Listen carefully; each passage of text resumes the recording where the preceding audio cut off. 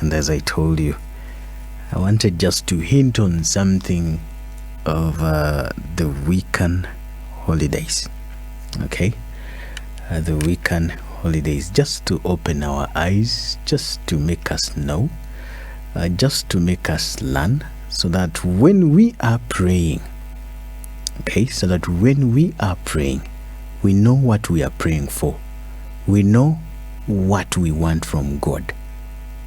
It doesn't mean that when I come out with this information, it means that maybe I want to pull you away, or possibly I want to make you think about something else. No, the thing affects all of us. The thing affects all of us. And all the religions. So kaineno lokenini Guru Danweng. This time lokenini penny kono Guru Jomulare Gikan. But lokenini Guru Katoli, Guru Protanti, Guru Tekadong La Cristayo. Okay?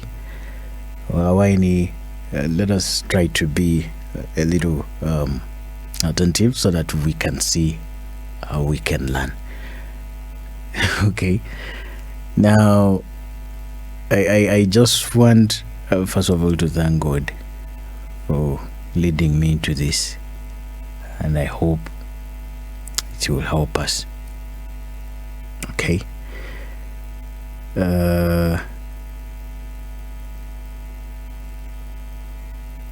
if I'm to get for you the actual meaning of Wiccan, okay, kani known meaning me Wiccan, let me just move to the Wikipedia. Abicheri Wikipedia kama definitions pa terms mogo bedie manoti lemono, and details gives poleweng notie, and then wabinyang ngomo bedu Wiccan kidong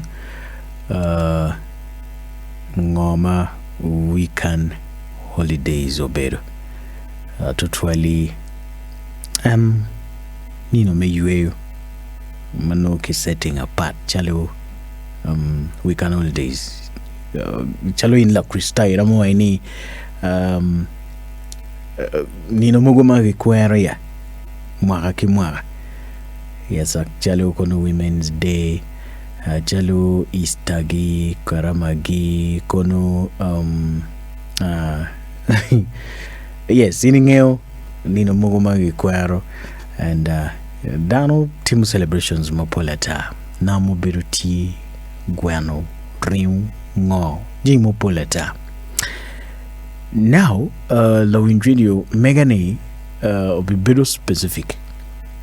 I made a bit specific, and I made it in young lokenini where ni pa ni ngaromoni obed kichwechwin ni pingo power de lokenini chon, but no luba po ye gok mogo no luba ye ni lokenini wakati ni na matine, but amiruni what mod kare.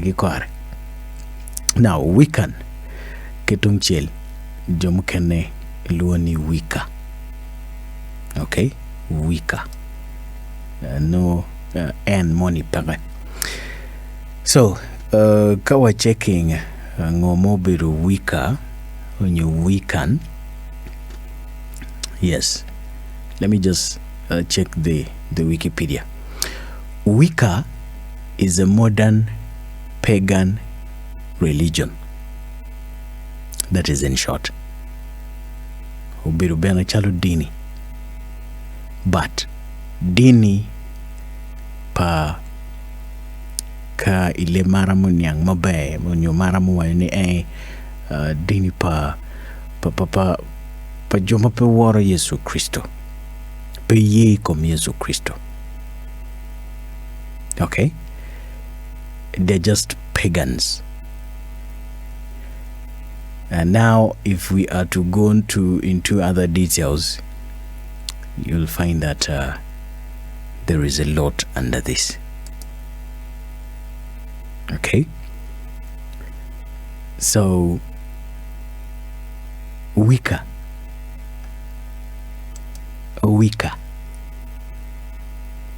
is a modern pagan religion.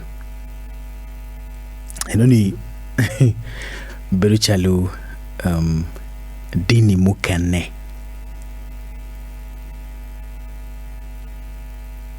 madong tieme kom karen in modern times. Pedini machon, but in modern times majone beneti but pegidung. It's both a new religious movement and as part of the occultist stream of Western esotericism. Now, dini enenyo akikwane. It was developed in England. Dini eneni uchakeki England during the first half of the 20th century and was introduced to the public in 1954 by Gerard Gardner. Dini enini uchakeki England ngat mo chao nye Gerard Gardner, and he was a retired British civil servant. Latich pagamente my Britain. Wicca draws upon a diverse set of ancient pagan and 20th century Hermetic motifs for its theological structure and ritual practices. So, gingi kero unyugi waro jami muguma chuan. I don't know which other language. I don't know how to explain this for you to understand. But Wicca has no central authority figure. Lokumani ni kitano kanija chela chela mo biru kila tela. Okay? Ewaini kono maybe church money la tela neti kuman, pti pastor money kuman. Inoni ngokmogono katolino tieni ngataloyo gi pope. Inoni protanti no ngataloyo gi benetieno wa office gi betie. Inoni it's just in that kind of thing. Now okay nano la winjudu dini eneni central figure mo iken peraye. Lokmoni ni ngat maloyo wa tikany onyo nye kuman onyo headquarters ti kuman la winjudu idini eneni lokeno ni peraye. Okay, its traditional core beliefs, principles and practices were originally outlined in the 1940s and 1950s by Gardner and the early high priestess Doreen Valente. Okay, so the early practices were disseminated through published books and in secret written and oral teachings passed along to their initiates. So inoni ngat mo kelo lokenini onyo ngat mo kelo dini eni launjidio okero jami mapoli information mapoli church ochoyo vuku maduong ochoyo jimi mapoli ma dano matie idini enini gikwano gilubu. So parinoni kobirini do poke tien maduata chake karimaki katiki dini enini. So let me stop at that. Let me stop at that. Otherwise kawaini mi details mukene I don't know. Okay, maybe let me just give something here. It is typically a duotheistic, worshipping and or working with a goddess and a god. They are traditionally viewed as the triple goddess and the homed homedy god. Are you getting?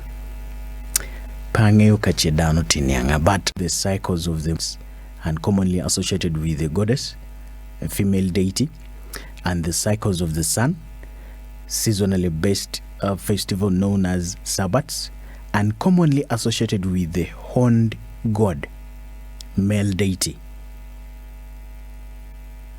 Give me a war. Ikom due. Kidong lubangi moni makilioni kono S-bats. Onyo diok, onyo tibu demon. Kidong give me a war bene ikom cheng. Kidong gin mako bini nila winvideo abi guru ma dit ma matut ye. Ena ye lokoma kwe ma pat ma mukenne obi gurua and kakenyo gikome ayavi chiarochi guru matut and atamani da kelo mobe kamano inamonyang. So give me a water come due S-bats manoti. It is a demon, Dichian, female deity, Chen Madaro, and then the sun, Cheng. Kidong, gitimu jamigini weng, Paul kare, unyukare gikare, mwaga ki mwaga, gikwero. And that is so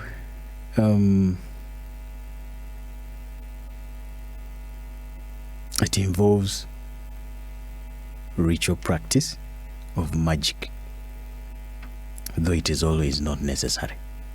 So kai nano dano matimu magic, nano dano matimu ngo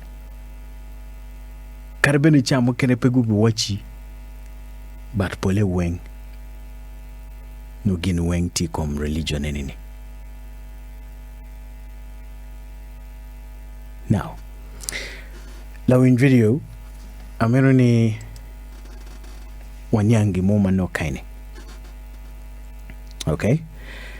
Wiccan onyo Wicca has strong roots in nature worshipping, believing in the same rebirth after death. In spring, she will be reborn again as the maiden. So, kita lu Kristayo bene gingeyuni. Kita no pol karwaini ka Yesu Kristo odugu. Wapichero bene. Wabitenyo ko mwani wachero ki Yesu Kristo. Again bena gingeyuni, there is a life. There is rebirth. Enoni itamaki ukede. There is rebirth after death. Ibikwa ingeto. So now, afterwards, the things changed. The second C, inge Wiccan tiki Caesario. It is Wiccan.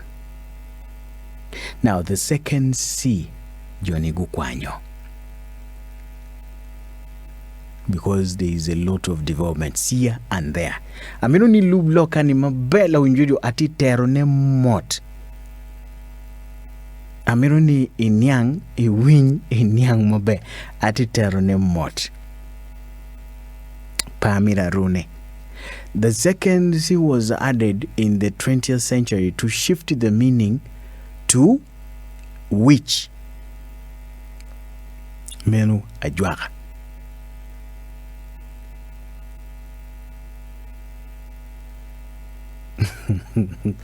So that is kekani ke covering jami gini weng and kapa ichero matut be pay biru gi karmenia.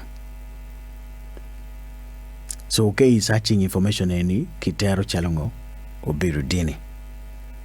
But then kailu bloke ni weng ya gikene dugu ikom ngoma iteni ni don kiluni ajwa. Well, gin gimi waro ikom cheng duwe kidong gitiki jok gimone madaro gitiu ki jay ma pat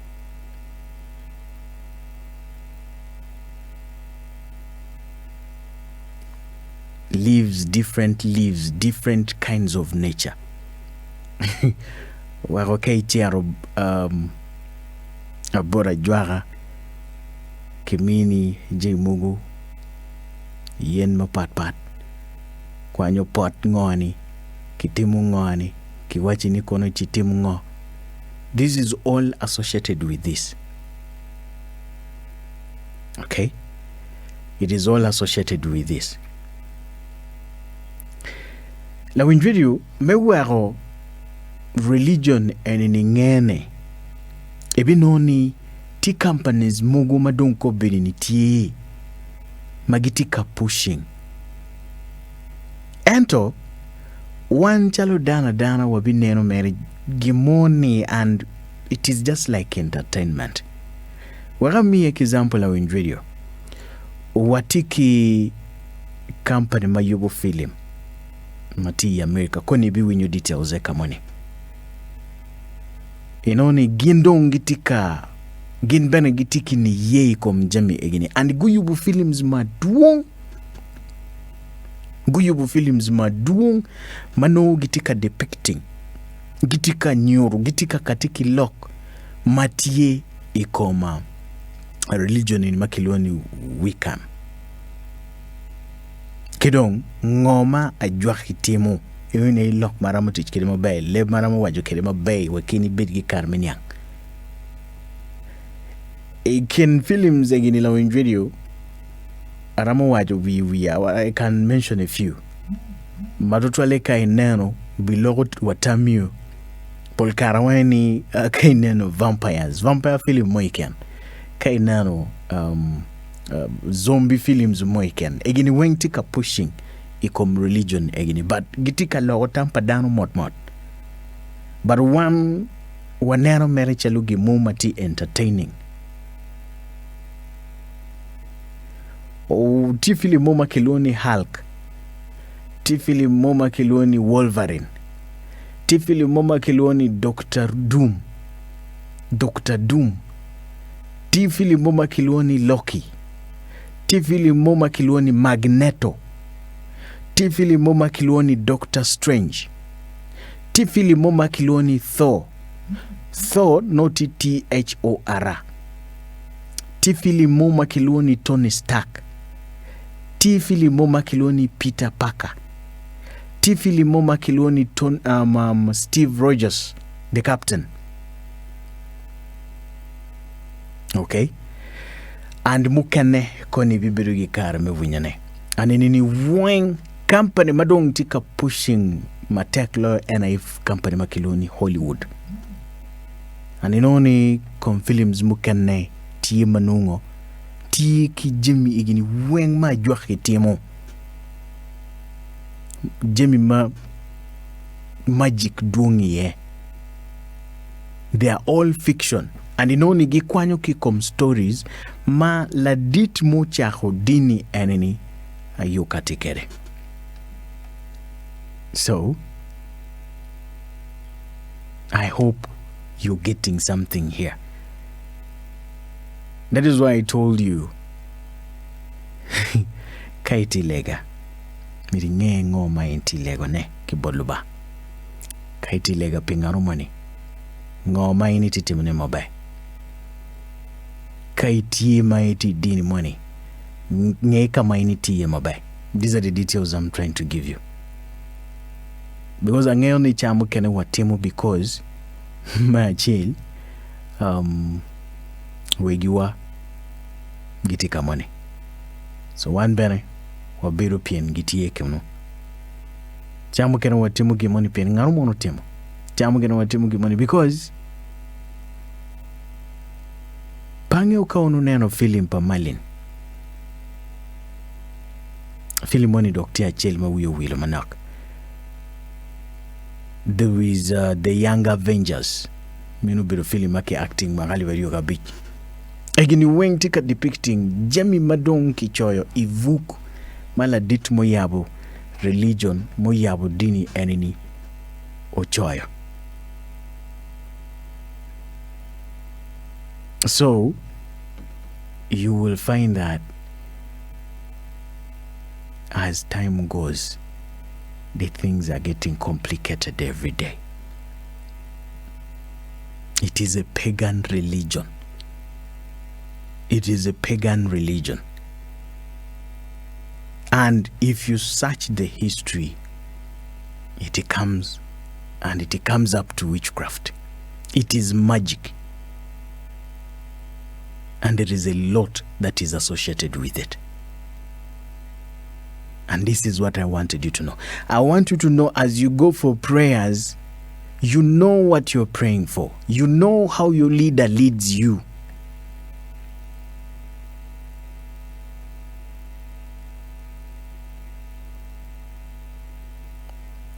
Okay?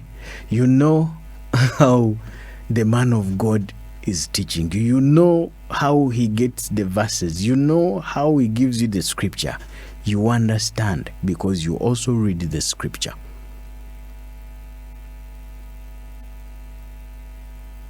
And inoni gitiki symbols maduong mamukene pe wache kanpe no mira nyura chini bigi karmenerne, but tiemukene mabiru chalungo they look like stars.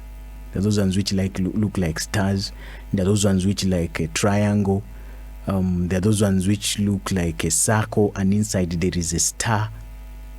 Those are their symbols. I don't know whether you've seen them anywhere, but they are common. There are some clothes which have these things. There is something that is called a Wiccan pentagram. It is a circle. It has a star inside. And if you see how they have drawn the stars, they're like very many triangles. And those are some of their signs. And they have books that have been written and those signs are on them.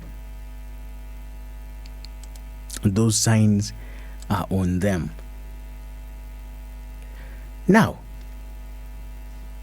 I take again ni hakele winyang ikom ngoma mironi wabid ki kar me winyo ni mabay. Okay? Loket ye kuman la win radio. Information moni ma mironi bid ki kar me winyo ne. Ena ni watiki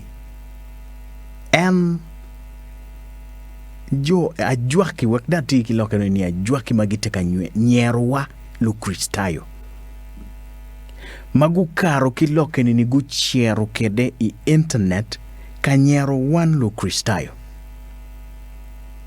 magitika katika mabe kama leng giwaini jemi mukere mautika kwero ne nino muguma wa kwero ki mwaka la win video inoni pole ki kwanyo keyboard gi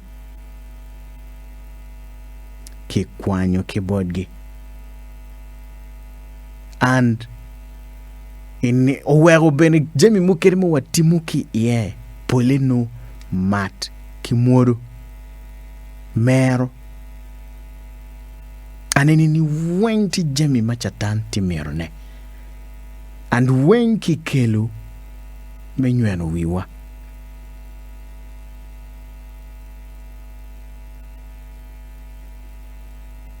so amiro ni wabed ki kar me winyo lokeni ni kore ki kore la winj radio iwin kita conversation pa juake eni ni woro kerela win video kore ki kore yaga de binyang ni jami mukere mo watemu la bongo ngech luba chwinye pe yomye because wati ribu nino mukene kichatan pien kivolua kamugo watimu la bongej and ya gikene instead of luba megamo yom chwiny anoni megamo woro anoni chatan aetika terone wakati waini amiru ni win jami egini but patika kelone menywenu hidano baratika kelone meyabu wangwa wego next time ini ngeo ngoma ini tika temune uyepo ninu money nge maana loko jay mo pol nino kanama ki come pastor money benu la dich polo ba money benu preaching en kom lo kanani la chenda winyo kadano goyo chim anwe an pa kwero how ni okay but still we are overshadowed and dano don wing titero ne mere komano angeo ni chamu kene challenge ramo beru tieni gin ma anatika logone ni ramo beru i opposition kingo malutich paloba mukene katikere andi ya gikene ebino ni ko onino anoni one wing what logo jimo pull ma bejo ineno anoni but kay neno ngoma teme kay neno accidents matime ye inoni ya gikene jamine no le wich kikan waramo waine okeluba winyu wagire but then anga matika benefiting. Okay, so amiti a win conversation in la win video kore kikore. Okay, amiti win conversation kita jua ki egini logo kere nino maki kwero ni mo waribu kichatan pabi wajo kidoga amiru ni ke win abinuoyo koni chamo owego be pa kero soundtrack majua tiyu kere because amiru ni ibigi kare me winyi lokere ni kore ki kore and then wanen kama watie these things the world kama lobuti yeni wamete kilega. Okay, so I want you to hear I want you to hear this and I want you to pick out these days by yourself. I want you to pick out these days by yourself, the days that we celebrate and the devil is also celebrating them. What happens in those days? Okay, what happens in those days so that you're able to understand what it means to being in Christ and solely worshiping the one true God, and where the confusion is right now. That is why I need lokeni ni guru danwe this time penny kono wanjo mulare kono wanjo mengo but ti guru lu kristayo weng lumogo because chatan do ti rovolo wow. Okay, chatan ti rovolo wow and ya gikene wangeo bene okay innocently ngeo kawaini innocently we wakawaini kangaro mwani yes wone oberu idini mwani wode ti dini mwani ni kwayo beneti dini anoni just it continues. So okay logo ki down woman ngaro momo biye loke pe someone will just urge you out, but we don't know sometimes what happens. Okay, so ko win loke ni amiru ni win loke ko arage amiru ni o picking. Just pick the days. I'm only go mogono pay win your lock wing, but I want you to pick out the days by your ears.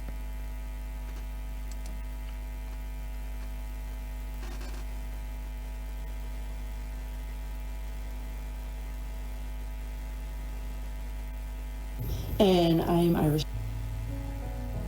I am Reverend Alicia Ryan Fulbright. And I am Irish Chaucy. Yeah, and we are from the Pantheon Temple. This is a Pantheon Temple show. So, Kenyu gitika tuju nyingi. Gitika tuju nyingi. Ngara chele giti ginario. Mege mati ginario. Gitika aki Wiccans of the Pantheon Temple, the sacred Sabbats. So nanen awajo lokom Wiccans chatiki geni onyango ma Wiccans obero. So enini beruchalo branch. Roma ki waini okay, branch pa kanicha moni.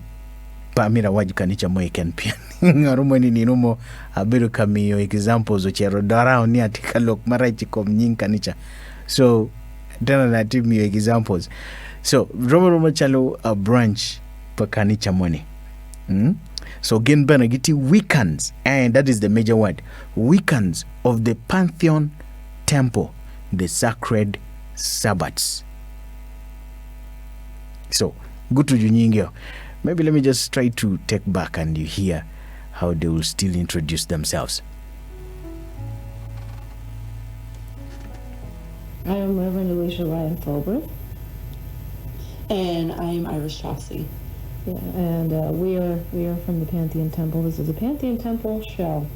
And what we would like to do this week is we would like to introduce you to some aspects of Wicca that a lot of people out there probably aren't familiar with.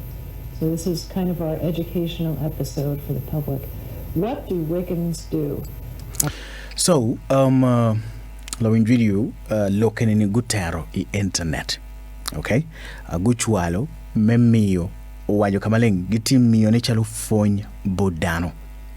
And giti kamiyo fony ikoma ngoma Wiccans obero. Kita natika katikilo keko bidini. Ngoma Wiccans obero. Ngoma kitemu nino make kwaro jimi mapuel. Kibibiru ge karme wajane kanya. Amino ni win because I want you to learn something so that you know that you're worshiping the one true God. And if you're misplaced, you better change in some of the things. Pienjemi mukeni teach action. No raubiru kama be, but actions mungu mateme no pay actions when you jay mungu maduode obodloba. We do a lot of different things. Gitimu jemi ma pat. The Wiccans gitimu jemi ma pat. Kati ukile mangeo kaini ni ajwaki timu jemi ma pat. You know, that are different from other people. It was really interesting the other night. I was speaking with my cousin's wife, and she, you know, we hadn't really spoken before. We had connected on Facebook, and we were just talking, and, you know, I realized how different we really were because she had absolutely no concept for what it was that, you know, we were talking about. So, Kristen, this is for you. So, kobiri gitika katiki loke ni PM. Yan why ni te dano mukenima. Okay, kingi kunu. Mapigi ngeo ngoma Wiccans obero. Details ngongogi. So kobiri dongi miro lecturing. Enjo mwani ma ye ikom dini gini. Gunge ngoma timegi kome. You know, when we talk about like what Wiccans do, we talk about, you know, things that we celebrate. Nano, gimiro katiki ngoma gi engin Wiccans gina jwaki ngoma gi temo ji mugo magini gi temo kidonga nino mugo ji mugo magini gi kwero. Okay, kuye mugo magini gi temo ya ko berini wabi berigi karme winyane kita wajo kedini ameno ni win kita jwaki egini doro kirigi logi mobile pamira katiki log maiken kidoga bata binu ameriki libachuli kamo pore. You know, holidays, and people don't realize that, you know, there's this whole kind of veneer of things that we celebrate in American culture. Sometimes they're religious, sometimes they're kind of secular. Just even starting right off with something like Halloween. Yeah. So, again, go any TJ Muguma actually like magin gi kwero but inoni cham kene biru chalo tisacula biru chalo gimoma pepire tak tutwal inanwa omiyo example kenyo makilwoni Halloween mark that one. Halloween. You know, Yes. I think, you know, people, you talk about Samhain and they look at you and they're like, well, what's Samhain? It's like, well, that's Halloween. And people don't think about All Hallows Eve. Well, what are you doing? You're celebrating an old Celtic holiday, a fire festival. So inoni kitung bird gi Halloween inoni leb mati leb mono ba but ki bird gi leb magitiu kere en kono Samhain ki logo mere. It is just twisted, but it is the same thing, the same concept. Okay, it is the same thing, the same concept. So I don't know, I don't know whether I can get for you exactly what happens in Halloween. I don't know, but let us first listen. It's always celebrated on the eve because everything began in darkness. So it's just, you know, it's equivalent, you know, to, let's say in Judaism, that is when their day started. And for the Celts, that, you know, twilight really marked the difference between the days. When you can only Judaism, give me your explanation. Ngomatime. So it's very different from our modern day where we tend to think of either midnight as starting a day, which is to me a little bit strange. But when the sun... Kirong lok mo ni kono anino manyen chake chabi chel mediwo. Kibora jwa kilo kero ni pat. Kibora jagi lo kero ni pat. Mwinyo kina ginyero kere. Kirong Halloween kita kono nino mukene kono Halloween kono Judaism kono ngogi eno ni wengti le merma ke twisting ban gingi tiki yomo magi kwero kere but good twisting o man nino maki kwero kere lobo kaini gin bene ki bodgi kono no gititemne but yoma pat It comes up that that somehow marks the day. So, you know, the Celts have a different idea of things. Now kain bedon ki choyo ni after Halloween. Now loken in wengla winjudio time i kareme festive season. Now kawa ini festive season na guru jami weng kwe muguma kitemu i kare enoni o chake kareme dong festive season chake kere kono dwema para chiel totally one kaini no wachaka dwema pa na para rio yaga don wachaka don togo we karama wachaka don timu ji mugu decorations ngongi wabi winyo wenki kany. And Halloween, okay, itu winya Halloween, the next weekend Sabbath will be ? The weekend Sabbath is Christmas. After Halloween, what they celebrate next is Christmas, but they use a different word.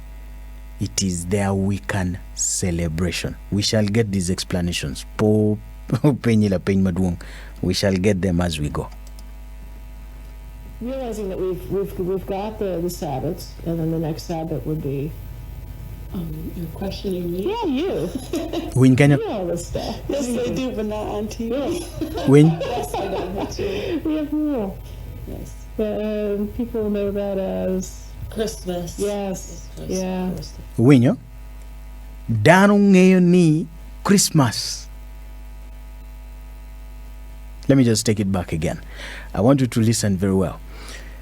The next Halloween, anini ng'eyo ng'oma time Halloween koni I'm going to get some details. What happens in Halloween? Now la windridi ukai nano deo mugu kita dano deo kere komgi pole weng no jemi manyuro joki ken. Now a celebration Halloween na yengwani. It is a celebration observed in many countries on the 31st October, the eve of the Western Christian feast of All Hallows Day. Kajui biruka winyuloka Halloween. It is a celebration observed in many countries on 31st October, the eve of the Western Christian feast of All on your All Hallows. A hallow ininge ngomobiru hallot. You can search on that one. So Halloween or Halloween, then they just add en to make it win. Less commonly known as Halloween. All Hallows. It is All Hallows Eve. All Saints Eve. All Hallows Eve. All Saints Eve. I just want you to understand this. It is a celebration observed in many countries on the 31st October, the eve of the Western Christian feast of All Saints Day. Now, lokenini petika akibora la wenjwiri tika akibora jwaki ma gitika tirto. Gitika katiki lo kijemi mugu ma gingitemu ma orupe ma. It is an amalgamation with what Christians do. And kay neno ngoma Halloween ngoma kitimi ye. You know dano they come just like chien joke. Like I know you understand the things. That is Halloween, the 31st of October. So let's go. Now, guwa jo kamalenka nini. After Halloween, the next weekend Sabbath will be, and the answer is Christmas. Kawa jo kile bacho nini. Kagutia ko celebrating kuema achiel inindwe piaradeku ya chiel idwema pa ajwa kido nino mukene tia wene onyo nino malubu tia wene and nino karama. Okay, I just want to to say this into detail. Now let us listen as I repeat for you. Sabbath would be. You're questioning me? Yeah, you. You know all this stuff. Yes, they do, but not on TV. Yes, I know. Me too. We have rule. Yes. People know that as Christmas. yes, yeah. Christmas. Yeah. And you've seen the History Channel's Christmas Unwrapped, right? Yes. Yeah, that was Nano openyo la ware o ini nano Christmas channels ngoma time nino karama decorations Jamie Mopol Chigunyero. Yeah, that was a really good show. No offense, for a Christian view to explain it, they did an okay job. They really did. I think that Iti winyane lo Kristayo piging wa explanation onyo wajo nyo tiro ne onyukanga rumono penyo ni unukwero ngo inino karama. Obviously ini wajo kita ingeo kere but ini ti winyo kita ginyero kere kanko bedini. They are laughing at us as Christians. that was nice, just because it really is that foreign to people.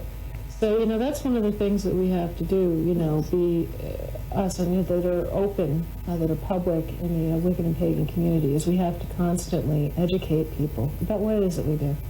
So, gitiga waini dano pengeo mamagi kwero. So, gin gitika katika maleng memi yo phone awero video enini ukati awero go sharing video enini wek lu Kristayo gunge kidong ajwaki mukene bene gunge piented ajwaki mukene mapigi ngeo gitimu mere maji gini gitimu practice weng but they don't know the concept.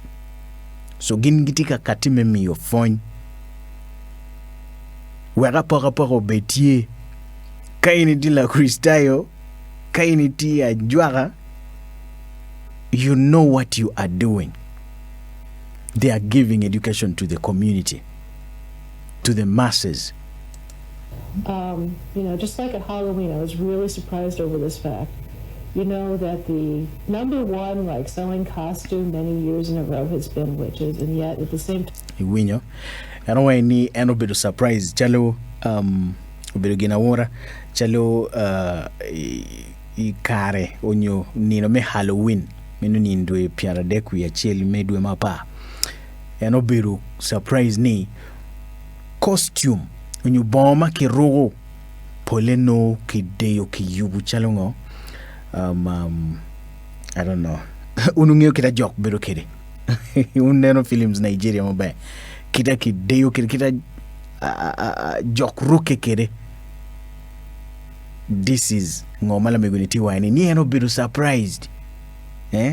People are celebrating, but the end result is the people were designing costumes of, witches. Yet at the same time, they don't acknowledge that we even exist. Neno ngomatiene. Ni watika kwero. But piwa yeni gitie. We don't accept that they exist.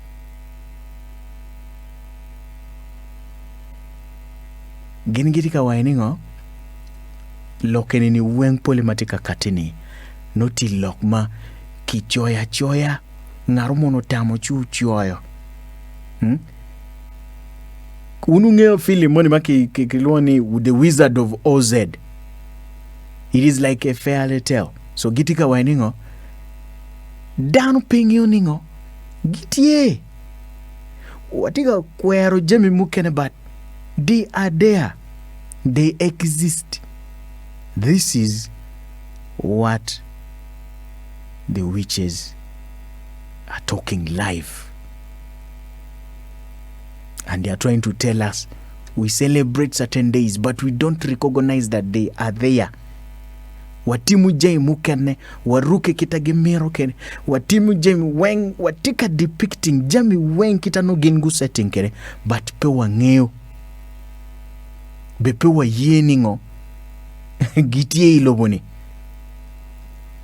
You listen. Time, they don't acknowledge that we even exist. We are characters, like from fairy tales. Yes. That there never really were, any witches. Like it's some kind of strange mythological being. Yes. We're here. Yes, we are here. Neno, gunyero guwaini, we are here. We are here, chigunyero. Pien, watimu jami mere because gwakmogono jama choya. Afonya wachimere ni kuman kiwili mere boni roko enini kiwili wa moni roko enini. We celebrate, we go out and dance to the tune and do everything. Kobiri ni gunyero ningo, we are here. We are here. I just want you to hear. Like from fairy tales. Yes. That there never really were, any witches. Like it's some kind of strange mythological being. Yes. We're here. Yes, we are here. Winyo. They were there then too. People can't say that they really didn't exist. There's always been people, local wise women and such, that even up until even the last century. Dano waini, gitingitika waini, dano mapul pegiyeni, gitie iloboni. Ando biruchalu wati kwan mere stories, fairy tales, stories muguma dano choyo. But gitingitika waini, we are here, wati kany, dano mapul pegiyeni watie, endo ngoma unutika kwere nini weng, aki botwa. It's been something that, a lot of people might not have considered, but when you have people that live in very small communities and they don't move around, they would, let's say, have that local midwife, that local wise woman, or the woman that you went to who would throw the stones, and she would, tell you what. Winyo Kenya? Abinwaya. Ni, tie dano pe ye. But, okay. lamiguno tiyu kile moma tie mere ma oboyo mere oboyo any people go to the local community, small community, they go to the midwives to and then they throw stones, they do what now lokinini enti katemo boyo ne kile mabe but kiboro kaini beru chalo ningo ni ti communities mugo mateno teno inoni ke ichero bodgi bot mege mogo onyobora jwaki en jimi magi bolo ni how do you call them so this is exactly what she's explaining here, and she just tried to camouflage a bit, to not to say the real words, you know, that dano chero bora jwaki i communities mogo mateno tem gichero kunu kanongo kony gichero kunu ento dano pigi ng'eyo ningo gin gitigi na chiel giripe, they are all connected. You listen. People that live in very small communities and they don't move around. People who live in very small communities and they don't move around. They would, let's say, have that local midwife, that local wise woman, or the woman that you went to who would throw the stones, and she would, tell you what was in your future, Inano, kay chiaro bot, ajwaha, timo en choro neni, and then afterwards watching ngomo bitime nyim, ngomo time, ngoma ini timo, throw the stones, enuti wikilemni stones, doing it. Let's go. There was once in a Wiches almanac, I was reading an account. It was actually written by an actor from Wales, and he was talking about that every village had its own witch. Yes. Yeah. A different name. So, tika kelo loka film actor mo ma to film mo ni icharo mo actually i country mono inoni villages no ajwakiti kom village achela chel no ajwakati ye. This is ngoma intika wajane. I'm sure. I'm sure there's. I know, but that was from when he was a boy, and this is That going makes back sense. quite some time. So, there is still a tradition of that, even though it may go underneath the guise, going forward under Christianity. That is something that people have always done, practices, magical. Tiwinyane Christianity. Again, you do in your local. This is not my words. They are words from witches, and they are teaching. Go underneath the guise, going forward under Christianity. That is something that people have always done, practices, magical practices are something that people have never stopped doing either. Yeah. People hit it or call it something different. Yes, they do. Yes. And I think one of the big misnomers too, and I'll just mention this before we go back to the Sabbaths, is that when we are speaking about magic, when we talk about rituals and spells that we do. So, kagitika, Wiccans, magic, kwe mogo magitemo, tikatira na in detail kaine. That's an active form of prayer because we're seeing ourselves as being co-creators with the universe, and we have a connection that we actually try and foster. That actually is really where all of our power comes from, is really through that connection. So we work with different elements. We work with deities. Deity, na wajo deity, but deity ilemono mabaye ene demons. They are saying, get connected to universe. Lobulumba, Penny, kono Uganda, konungo, but the whole world get connected. Kidong, gino powers mukane when you gitika dealing ki deities, demons. Okay? Tipu muguma I don't know, dano muto chon, di mugumo pool, we shall be able to get this. But giwaini enuni obedo secret. Mapegi kati kere kama leng. Kei chero bora juaga bitiu kitibu mugu pa dano muto chon. But that is the secret. Let me know wajo kany. It is a secret. They have powers. They connect with the demons to solve problems. They can co-create.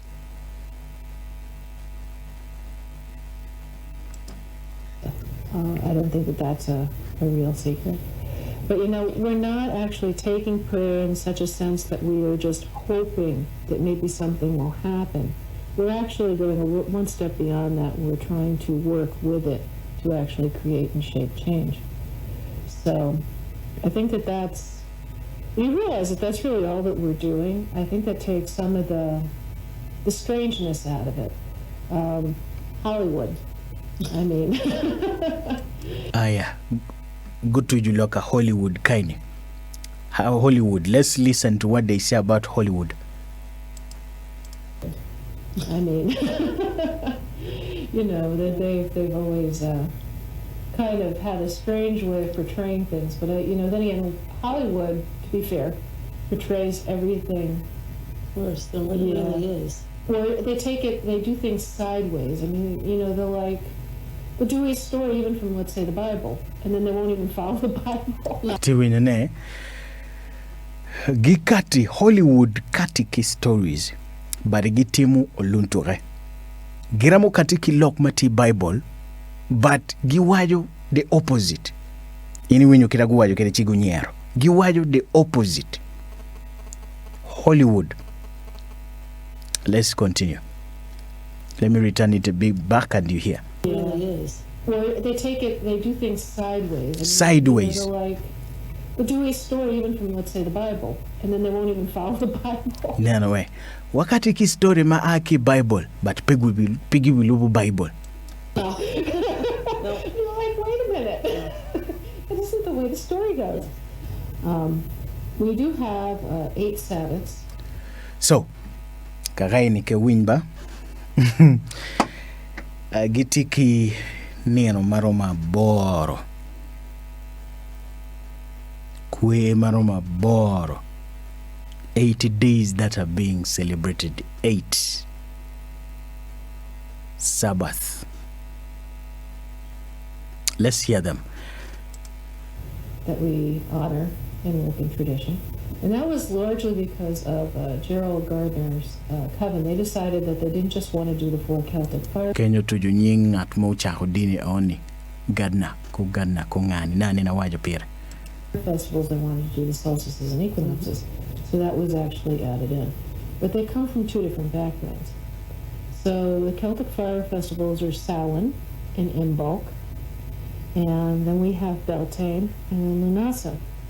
And with those, we have the other 4. We have Yule, and then we have Astara, and then we have Midsummer. People sometimes call it Litha, but that's actually a misnomer. Somebody took that out of Tolkien's book.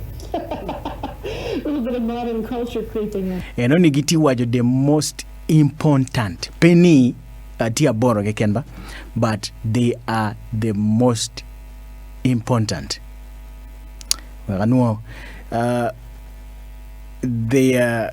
is one called Yule that happens in winter solstice.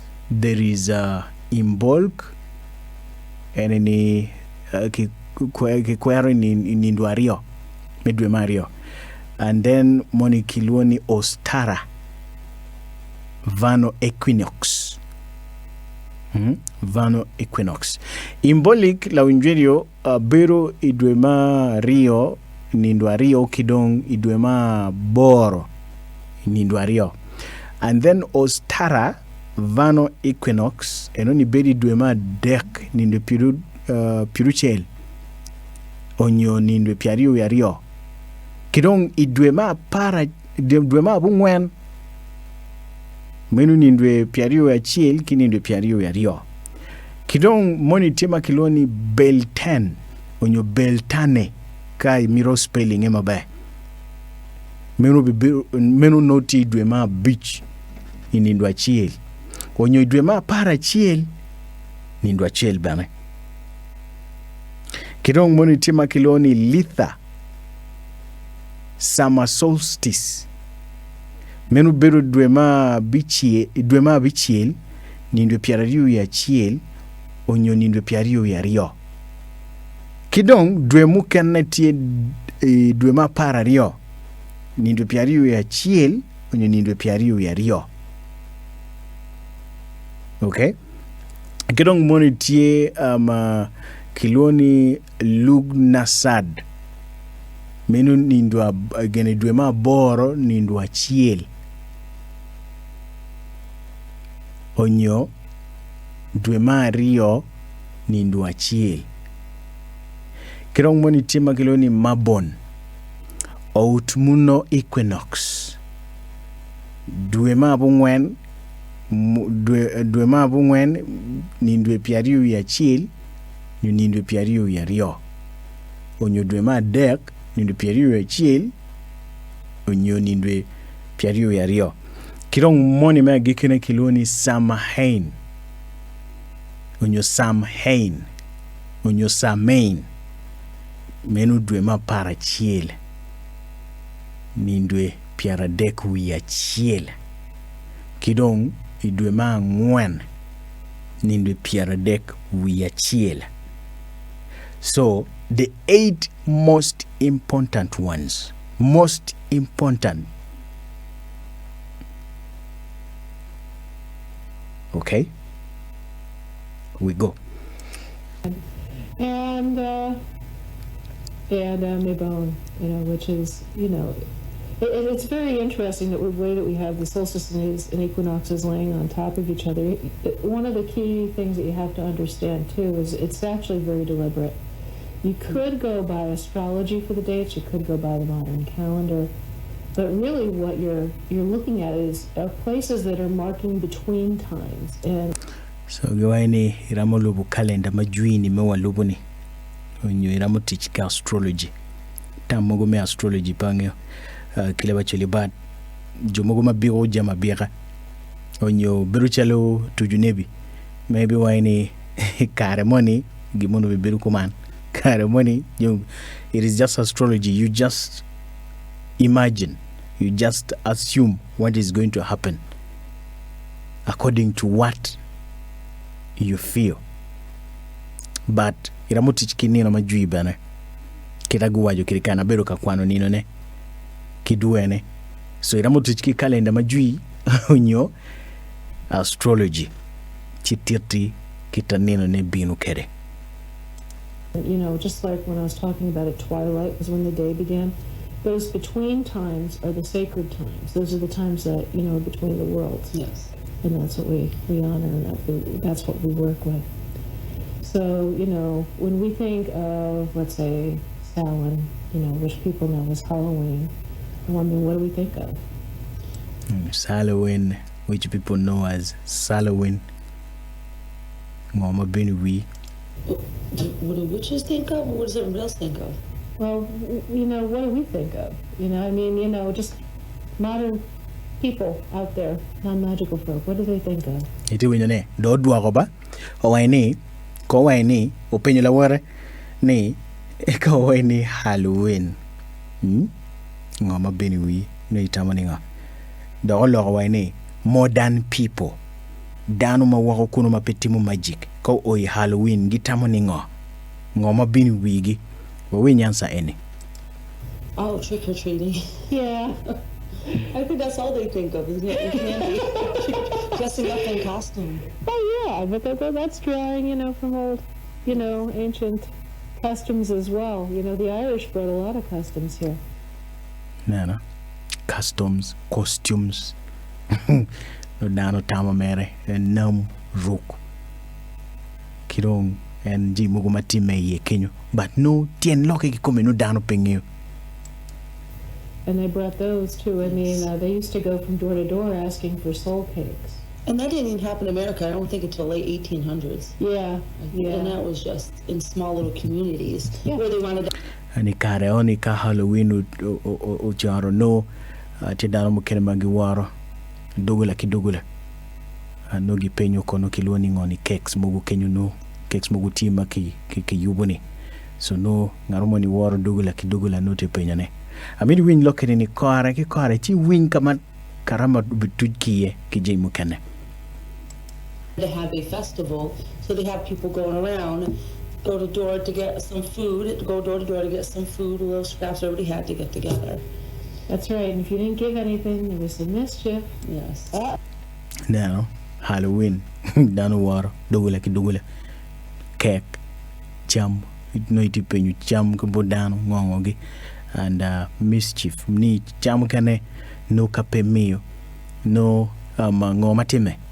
Chamu kene go muguno keseran puri komi unyuji mugu mareju time ni roma ki okay pabi wajo nying ando dini monima chamu kene gi woro do to do gi wero we karama dano jugo chenne wore yake kan chero kamoni dano jugo chenne kumero ki belief money ni ka gok muguno pe timu pebi no blessings paluba dano we on your jam can dano creating near this we have a feast on this and that there are very many things mischief there are very many things that people do that sometimes we do not understand. Okay, let's listen. Yeah. They might mess up your butter, or they might tip a cow. And then of course, there's the other thing like you were mentioning with costumes. Mommy, wearing a costume, a disguise. Kawin kainiba, ne wearing a Halloween costume in disguise. We don't tend to think of that as having magical aspect, but it does. Jemi wengmo atite manene ka oye Halloween one key Africa kan del cholpole pewa kwaro lokanino Halloween but ki America gitemo ki Europe bene gitemo so la meguniti waine tamu kene warugu en costume enoni mama nentelo jiok design pa jiok ji mugu ma biru chelo match biru chelo ngo biru chelo skeleton biru chelo ngo en pa Halloween enoni ni jamu kene waramu tamaningo magic pay ye power money pay ye but entika weni power ne no tie no joke tie.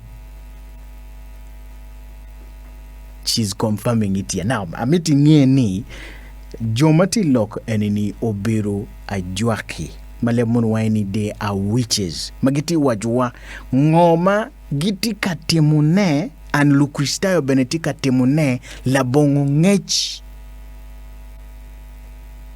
This is what they are trying to explain to us. Gin mamiro ni inibed kikar mengeyone ineno matini and wakawaine kaibichiri charge kaiti lega no ingyoningo iti lego lo ba mada kaki wachini timu gimoni iruku bo money itimu nining no itimu pieni ngeyoni itia da barpa itimu ni one watimu kuman wakawaini the real book maramo konyo mabe en a Bible ramo guiding wama bengo ma mirwatim pitien loga chelni dini dong ata kita kidoro ke dini egini bedung tie yu ma pat and inoni kita danu ruke kerbeni tie yu ma pat rules muguma tie kenyu no poke maduong ata wagati mironi win lokeni ni kita tika wara kere wekolo tu konyi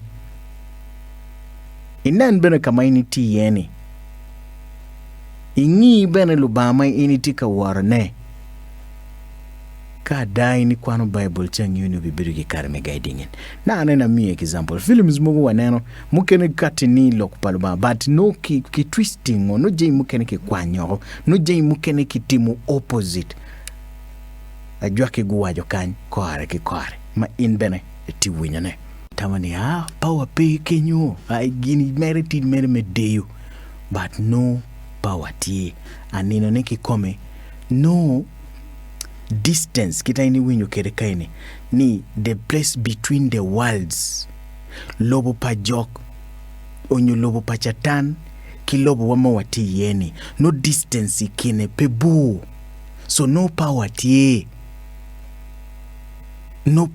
anino ne no do ruateo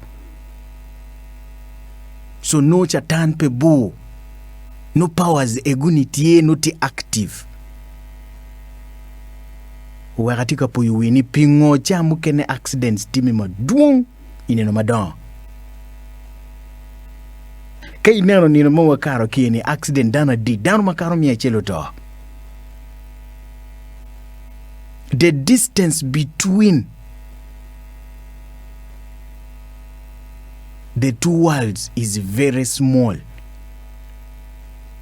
Distance kin lobo pachatan ki lobo mawati yeni no kine pedir no tidi wego jey mu kene timme kita chatan timiro negi kome kamaru remu timme accidents timme maduata oye akati ki lokene ni beneni ti accident mu motime ki Kampala mat ke explaining bene lo video ibi yenye explanation ekwe because la chencha kibiroga yirodano ko lutiano maroma di kona bungwen kona di guta dano time mera ta mere because just gets mapol ki laro don meri gira chel kono ngomo time kenyo and it was a stampede dano nyone kenyo wa damo keno ta and ke yenyo details when wakobiri ni police tika investigating. The distance between the two worlds is very small. That's why atimiru yabuwai jemi mapol time wale megunyo waini ini neno dano mukene ruke iyowa but no gitama ni go mugono eoni tiemere medeyo but no ada magic tie no beneti active.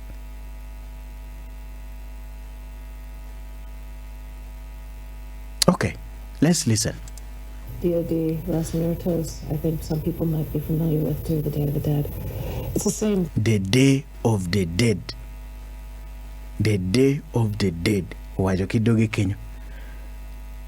Jok moni ma gingi waro ni no tie dong ti active ti logo no ti because the distance between this world and the world of the devil no it is very small.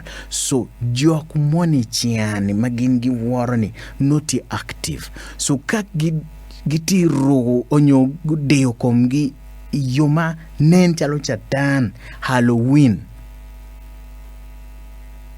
No magic tie ikom jemi egoni weng. Chatan timu gin ma en mero. Chatan timu gin ma en mero. Komaro remu kono tima bo kono timu ngo jami weng tima no dano peparo people just think their own way. No, it is like excitement, it is like a party but no ada no chatan ti very active thing. You know, you're honoring the dead, and yet at the same time there's this fear that goes on with the dead too. Iwinyo niki lobo pa jomu to bene jemi egini weng no titime bene distance no tichok tibu mugu madong po chiero mapigitika magitika yue yema ba nugiti bene no tigitika giti active and Halloween beru chalo neno pa jomu to ajwaki ayeti lock atite mukati kiloke ni wekini bid kikar menyang ngoma gitika wajo ne ajwaki ay gitika lock and gin bene gitika fonyo dano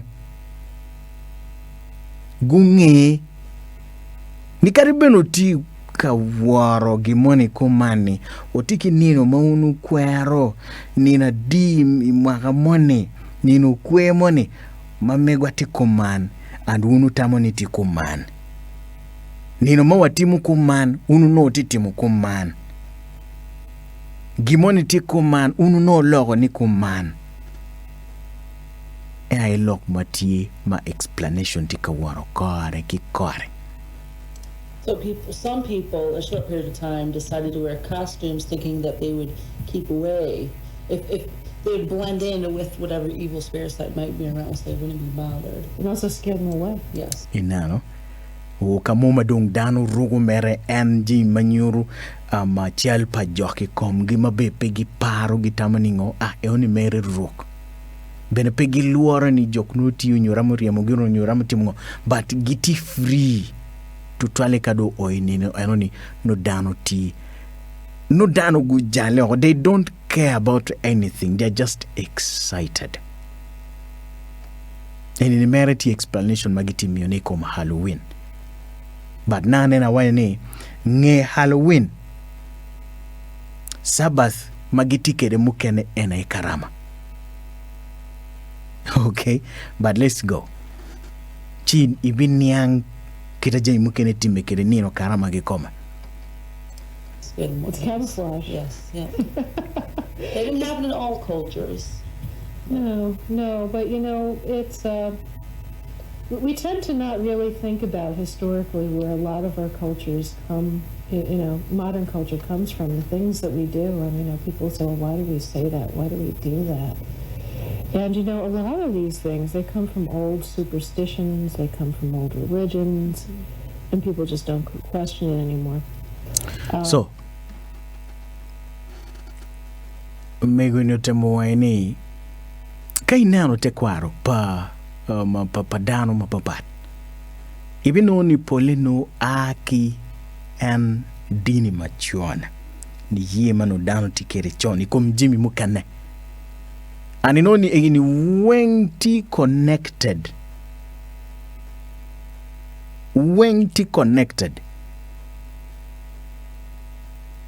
Katani kay temo kweru kita ate kwaro pa chuli tikere kay chiaro neno kita gi timu kwegi kere jimi mukene kenyo inoni ti connected but dano pe ye dano pe ngeo dano timu mera tema ti fruit money kaini anati neno ne in peti neno ne but kita ki ngolo kede nyuru kom ngoma time ki dini eneni ki dini mukene bene chal mogu make goyani wengti kita ki ngolo kede ti en kenyo gi kome and kiluoni pentagram ki ngolo mere kirio just ki ngolo into half diere mere just half and it has brought out a picture of a star. Now fruit enini mawangeo mabe ena ye the apple.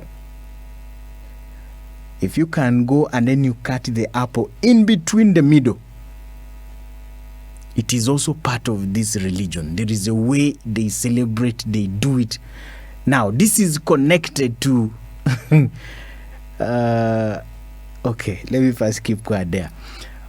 Let's first listen. Things like apples. Apple. Those are harvested at that time of year as well. So many of us were, new to the craft for the first time. We get all excited because it's the first time somebody cuts an apple crosswise because there's a pentagram in it. No way.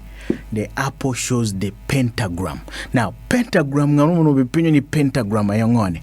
In can name the picture of a star. Just look at the picture of the star. 1, 2, 3, 4, 5. It has 5 sharp corners. The pentagram. And this is part of these people's religion. In ancient history, there is belief about this. Makai neno jimu gene ka kideo beneno apo benetie. And apo itenini in the modern settings. Even on as a car utika decorating Christmas tree lokeni wabi winyanyim inoni TJ Muguma ki wilu mere madon ki yuba they're like fruits ki keri kom Christmas tree match mugo lights. Now light enini decoration enini mawa kero merechi miel ki umeme tien loka benetie but kachon in history no gitiyu ki kando but ki technology matu bino ki logo dong watiyu ki umeme and I don't wa carry come Christmas tree and then it lights plus those fruits and part of it is an apple plus a lot of them.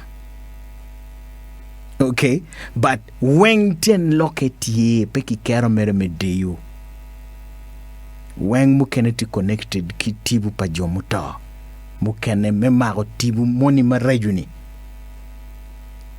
It is just interconnected. But let's listen. Let's listen. And, you know, it's pretty. It's nice. But it really doesn't have anything to do with, you know, or witchcraft per se. But there is a tie between the apple and the other world. Ni pete loke ni ni tiki lock anything connected to witchcraft. Witchcraft anyway any old craft. Yes kono kona juaki kono but giwaini connection tie ikin lobowa ikin lobowa eni ki lobo chani na unungeo kawa ni lobo chani we lobo pachatan pin symbols muguma apo nyuru these symbols machatan benetiga tichkere powers mogu kitagi timu kirije mukene mio symbol enoni wego jimi mukene kitiyu ki apple pi pentagram weka waini you go and cut an apple you will get that shape of a pentagram. Just cut it in between. Buy an apple, cut it in between. You will see the way the drawing is like a star. That's the best language I can use. It is like a star. It is a pentagram. Okay? So, there is that connection. There is that power between the two worlds. It is a connection. And that is why they use an apple somewhere. There seem to be actually fruits of the other world in the same sense. They are fruits of the other world. They are fruits of the other world.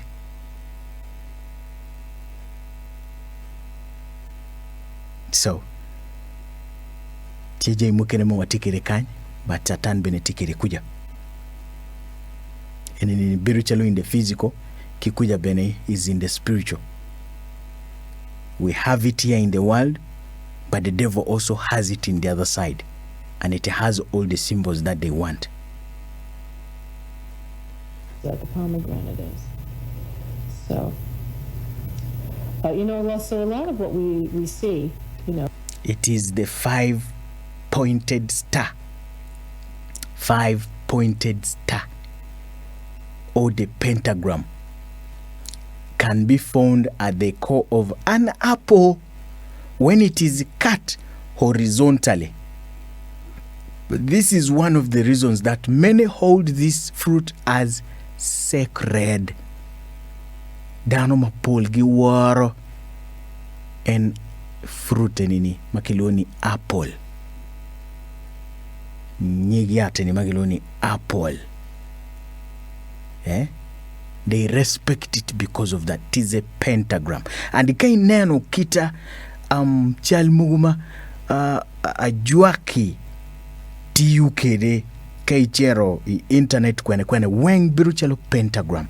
And kai ngolo apple bene kili en gin enoni ki neno kita kodineki iye kunu kita tikere weng no it is assembled in the sign of the pentagram. So they take it as a sacred fruit. It is a sacred fruit. Tibotwakany ti lobo chani bene.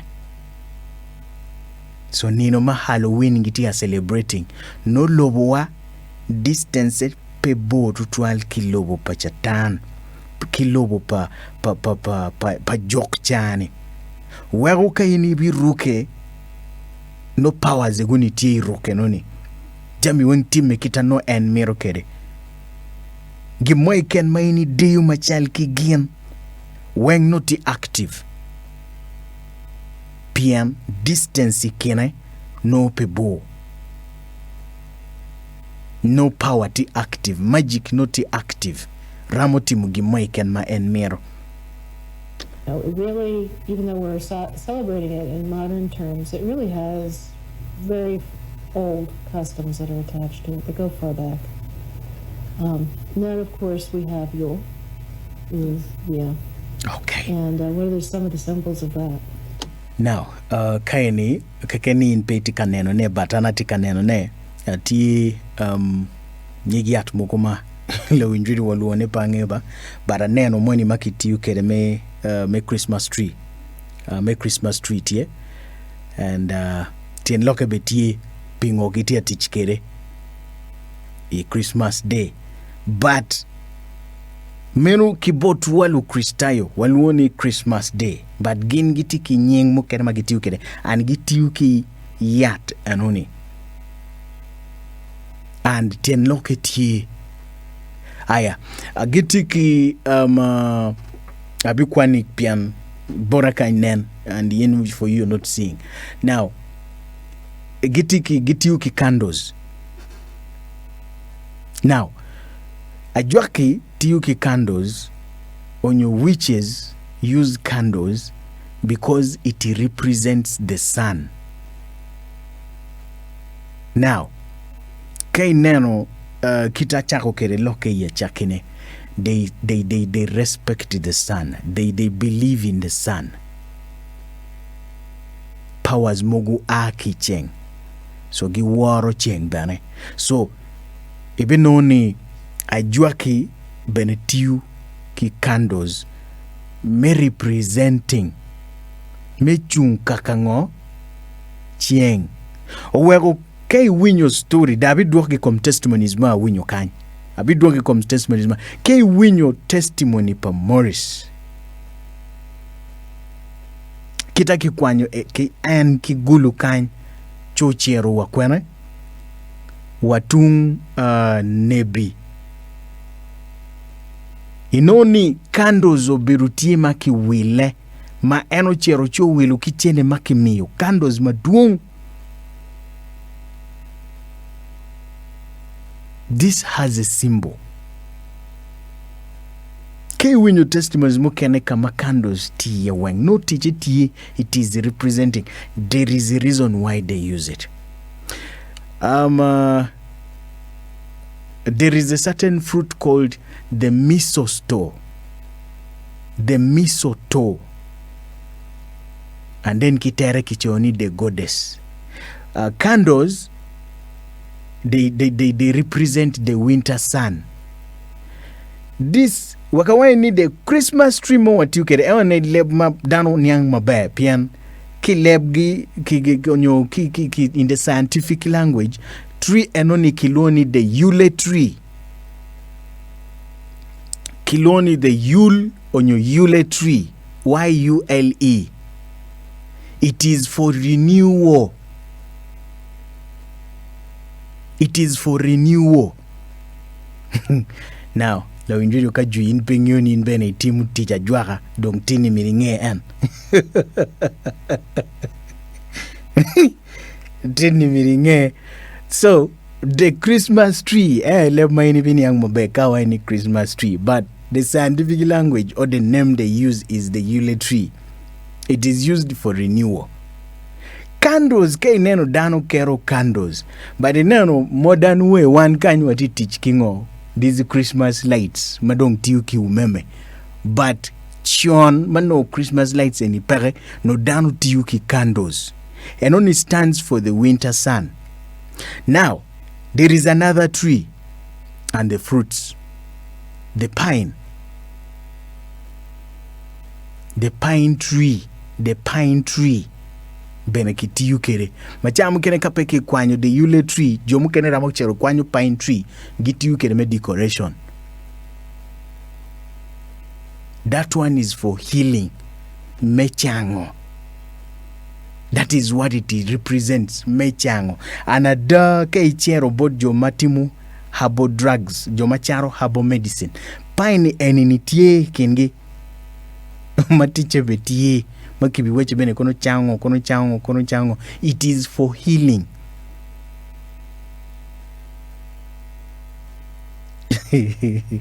And then there is one that is called holy. Now holy enoni kileba chelika ini dong pange oba because food paneno kikany katie noti rare. Enoni is the god. It is also a part of a plant. Those are fruits matie kwene. Ilobo pachatan. Ilobo chiani magi waterful. 1, 2, 3, 4, 5. 1, 2, 3, 4, 5. Those are the symbols, the Yule traditions, pagan winter solstice symbols and ways to celebrate. Agenoni ati ya wangdano. Agenoni ati katem explaining. Amenoni kangarumoni waini atika wajunguna wakochitem research. Kangarumoni tawani gomona ati kwanyo dano. from what is good, from what is true. I want you to go and do your own research, okay? But I want you to know what the true God. That's why I'm telling you, go and read the Bible. I still repeat, go and read the Bible. Why am I saying so? Anyway, njua kibeno wajo kan tijemi mukenne ki wajo but ki wajo luntoke. They just said the opposite. Ki wachi mereni ki kwanyo ki Bible and to notice the opposite. Ngad mo woro joke ento no miro loko temi pubu waji loka da. Bu wachi jemi mukenne ento twisting o.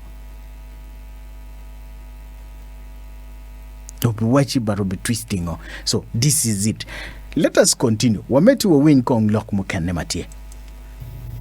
We think about The mistletoe. oh yeah. Red and green. What are the colors? The Yule log. Yeah. That everybody has or knows what a Yule log is. Well, I think we know about it because it used to be on Gitika temo explaining ngoma wajo kobirini. Gane nyigiat mugoma and then the candles ngoma ituke the candle ngoge. What I've just explained is what they're trying to explain to you.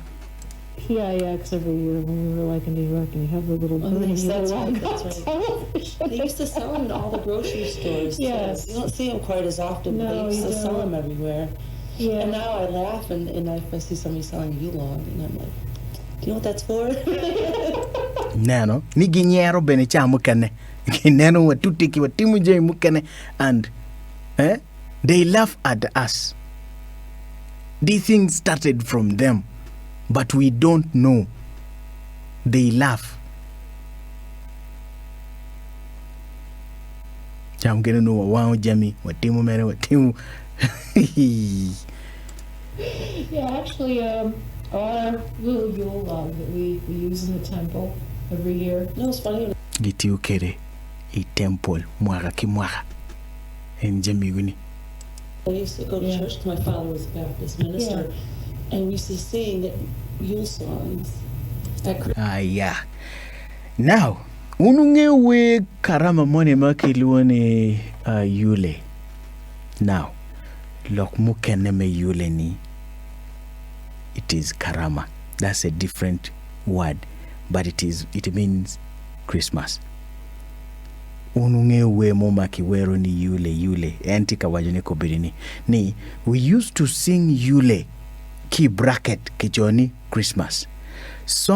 Christmas songs at Christmas. Gitika kariki lokeni ento pegitika. They are not striking the way I'm explaining to you now. Baratika wachipian mukene choya kichochkany. We used to sing Yule, key bracket, Christmas songs at Christmas. And now I look back like, this is hysterical. machon gi wero we karama yule we karama endo ko bidini we endo ng'eyo kama poka tiye Christmas. And now that I look back at it, that's hysterical.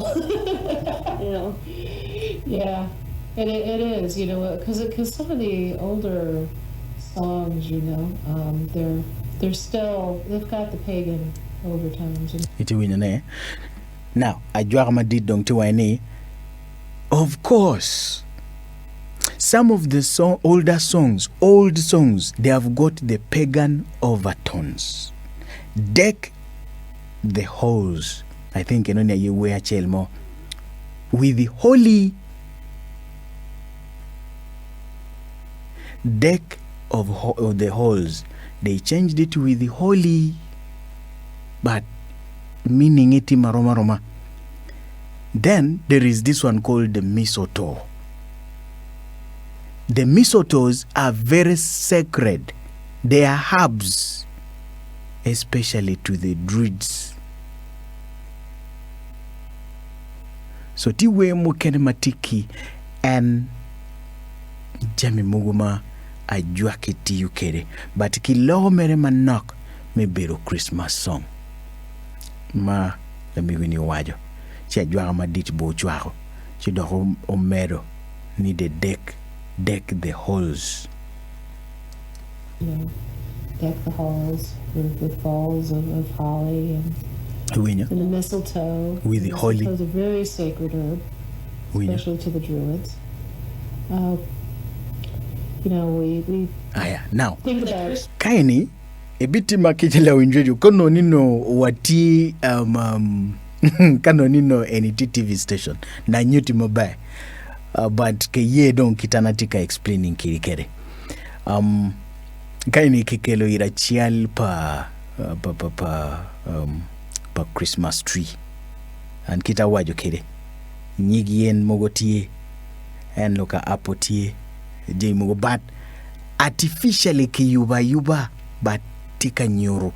Now kaineno modern Christmas trees makobeni nigitika charo nini ebino ni jami gini wengti ebino Christmas tree moma giti charo nali mia there li mia ngwen lubu size anino ni decorations gini wengti kome aya inde ichero de wilu mache nini chi kero but nini wengtien loketie. So ajwaki titemo explaining amiro ni wawinyi explanation okay pia ndonki miyomoni chani yule tien loke ni Christmas antamu kene wakwero nupe wangiyo badeno ni lebgi but kilogomere ngo ama kilogomere lebma kitiyu kire but originally keyboard gi kiloni yule translation ti Christmas wako kobirini kei neno ajwaki mukene don kiloni Xmas donc pegi choni Christmas beneva donc kikero X kikero dash then mass you cancel the Christmas. Yes, the Christmas tree. That goes back to the tradition of bringing evergreen. Christmas tree. Win Kenya. Let me take it back. They've got the pagan overtones, you know. Deck the halls with balls of holly and the mistletoe. The mistletoe is a very sacred herb, especially to the druids. You know, we kind think The about Christmas tree. Yes, the Christmas tree. That goes Yes. back to the tradition of bringing evergreens into the house. Yes. You know, because it was a symbol of you know, everlasting life, of making it through the winter. Winyo, everlasting life. Christmas tree is a sign of bringing everybody to the house. Ajua ke eti log ba ewa konana wa ni pabi logo loka. Baramino ni o win ngo magiti wajane. Bringing everyone to the house. So, ini donyo la bongej. Itimu kimoiken la bongej. So you're ready in it. That is why kay winyo testimonies mukene kiwaini. Chamu kene no intika wara jok. Endo no pingyo ni ti wara ne. Ititi mujei mukene pa jok. But no pingyo ni titi manae. Iyo manini chamu kene ruk. chamu kene actions maini timo chamu kene kiri lego kere. So giti waini the Christmas tree that Christians use for Christmas, this is what brings atiti kita kiguwaja kere, this is what brings everyone into the house. It brings everyone into the house. It shows a breakthrough. It's even down to Santa Claus, Yeah, Santa Claus. Now, kileba chuli kaini onyo kibotwa kaini wabiwaini Father Christmas. But kilo bomongo kiluni Santa Claus. Wawin meaning kaini. I have to giggle, when even if it isn't exactly the same, there's archetypes, I think, that we have that in our memory, in history, in lore, that keep being passed down, sometimes accidentally. With Santa Claus, we have somebody that's a little bit similar, but a little bit different. There's another Knight Rider. Right? Yeah. Now, winyo kita ajuako wajikerewaini Santa Claus. Yes, kibodlu Kristayo unungiongo ma Santa Claus timo. But now, enonitika representing the god makiloni Odin. Magingiwaini Father Odin.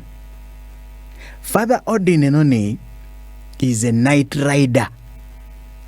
Knight Rider. Wawin ngoma Knight Rider timo. But kibodlu Kristayo is Father Christmas. Now, Father Christmas timu girango urungyo ngoma Father Christmas timu. But wawin ngoma Knight Rider timu. It is just a symbol. Kibodlu Kristayo. But it is depicting what the pagans do. Ngoma ajwa kitemu. Witchcraft in the modern setting. The Father Odin, yes. And he goes out in his nocturnal jaunts, and he would collect the souls of the dead.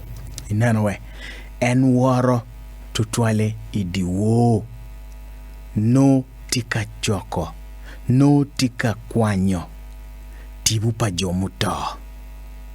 Now, kei biru botulu Kristayo, yes, originally, botwa kain polkare Father Christmas nyute giredi cheng timungo, but Father Christmas originally kay neno loka films bene kita Hollywood acting kere kiwako Father Christmas wori di wo owe dano mukene choyo jami, you make a wish, no itika making wish bojok ana miro konongo ichoyo kona miro churuwal ana miro konongo ichoyo chi kero kamo ite dogola ana miro konungo. Now, Father Christmas idiwo no tika what dogola kidogola nano wishes padano mapatpat kagumo porikomi ada icho diku ino wish mamigiti kenyo. It is a symbol, but kay nano iside pajok the god of Odin makiloni Father Odin malu Kristayo don kaini kiloni Father Christmas.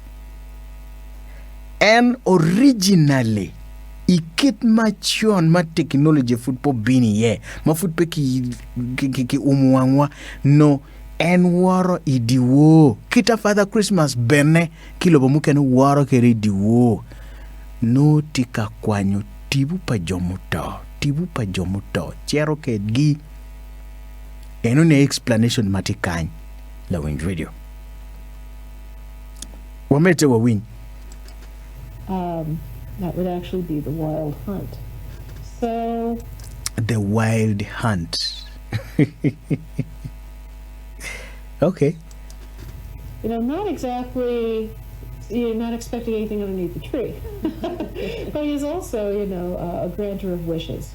That doesn't even address the fact that what we're actually celebrating is a rebirth of the sun. No. What you're celebrating, but we are celebrating the rebirth of the sun. The rebirth of the sun. Ninywale pachieng. Odojo? e wakwero. After the darkest night, the sun will return again. Even after the darkest night, the sun will return again. So people keep on celebrating the rebirth of the sun. Ni nywale pa chieng' odojo. Kadi chieng' oto ma chuli waini ocheri ode. Dego diku no doku kati. Ochiero. Diku dok no kati. So kisa pa jwari. Enini kikwero. And these are the explanations we are getting. But just in terms of Yule being also a time of plenty, it was a time where all the harvesting had been done, everything had been brought in. There was no more work to do out there. And it was snowing, you were indoors. So what better than to get everybody together and have a great big party and have a nice big fire and everybody be warm and celebrate. So I think that's, something that we still like to do now. The fire was important also because it was supposed to. So, gidiga mi explanation mo kinakain. Angeo ni ki te kwara pa chuli no polkare no kiloni wang o. Okay, and wang o dong bay kom kare enini or pien no dong kitimungo ma ke kwanyo cham iporo kitimungo gi weng dong dano tienu gi gore karachiel no ki yubo machanda. Down to Bogo story, down to jam, down to Timo. Now, let me beneti wa nini jemi egini wengti associated kingo magini gubero katemo ne kekeni dong oloke o manak madano peramo lubu history menyan kita jemi egini wengti kabinu kere aninoni gin benegitemo and pole match enoni notika representing the sun. Kidong biruchelu foch biruchelu miwaro pichama ki kwanyo. The time of plenty eno wajo kenyo, the time of plenty karima no chamtie moromo maduong I don't know. Let me just stop at that. Let's listen. To be a simple return of the sun. Absolutely. The Yule log. Yeah. Hollywood has definitely still, been unkind. I am grateful though for Harry Potter. Now, gitika nuoyo loka film daga kaini. Na nina na wajo ningo. Films mogu tima ke acting and ti directly keyboard joke. Film mana ti mirone enene. Kiloni Harry Potter. You listen to this. Tim joke keni chake wachakini wagikine. Waruku weng. Kita time kidei Halloween. Weng tiye. Loka candles tiye. Loka match. All the things are there. Anti vuk makichoyo. Harry Potter. Been unkind. You listen. I am grateful though for Harry Potter movies because they celebrate witches and wizards. They celebrate witches and wizards. So kainiti neno Harry Potter, know you're celebrating witches and wizards. And I think that a lot of people have very positive experiences with the books, very positive experiences with the movie. Even 10 years ago, people in society think differently than they did. Yes, they do. Today. Huge difference. Even just in terms of things like black, seeing this. Yeah. Okay. Angeoni go be make explanation. Now in video anatika wachilok mukene in ahead of time bien. I've already gone through this, and new J mukene waratika explaining. Gidiga waje J mopol kaini, and then o kamoma gitika waje lokom color black pingo ajwaki maru color black pingo kirugo black pingo kadano to kirugo black. Explanation is very simple. What we need explanation black pien color is timadungba. There is red, green, blue kona ngagi maduata like a rainbow and so on, but ajwaki go with the black. Why? Let's listen. I'm wearing black today. Guru ko bene black ko bidini. Guru ko black ada video enini guru ko black. I feel comfortable in black. I look thinner. And enti comfortable. Ti winya gonya ka uruko black. Wengba penny kono kono blouse kono uruko black weng from up down. La wore ni beneti black weng up down. Gino pako ena ye which kala ne pat. Kidong del kom gibe pat. Yeah, we all. That's the reason why we all like that. But you know, it's actually it's a Ko win explanation iniba? Pingo girogo black. sacred color. People tend to think of it in terms of being evil, but it's not. It is a sacred color. Ma en beneti wa ini, people think of it being evil, but it's not. Dano mukere mo pol tamani kala macholi ti kala maraj gwak mugunu jok ngongogi but gin giti waini peraj. So explanation ti kany makichoyo bene wekana kwana piana ngeo ni fudla meguno buwajo food meguno buwajo ni a red object reflects red and absorbs other colors of white light. Tiwinyane. A red object reflects red and absorbs others colors of white light. Kala makwa. Kwanyu colors mukene weng chidwako kala mata. Menu kala makwa. Aya. Kawacheri komu kala mata. A white object reflects all colors of white light equally. Matani reflecting nyuru colors of weng maroma menu kala mata. Manyuni kay rubu colors of weng ibi no kala mata. Kaunu timu science lokeni kiwajo bene. Kiwaini kay rubu colors of weng ibi no color mata. Yes, a white, it reflects. Nyuru colors weng maroma. Now, kay neno gina nyute machiol. Gin manyute machiol. Ineno gimo maka machiol. Ineno bo machiol. Ineno pinyu lokeo machiol malight pake. Kiwaini, an object is seen as black if it absorbs all colors of white light. Gimoni maloke black, gimoni maloke machiol, no kwanyu colors weng. Now makwa kwanyu colors eguni and then reflecting mata. Ento mata bene reflecting weng. And then inoni macholi. Kwanyu weng. Them weng wagodong nyute black. I don't know whether I've explained it right. So that is their main reason why. Because they have all the colors. They have all the powers. That's the reason why they put on black.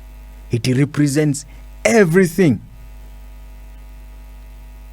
Everything. When you've got the color black, you know, this is a color that absorbs all the colors of the rainbow, the full spectrum of light, rather than reflecting it.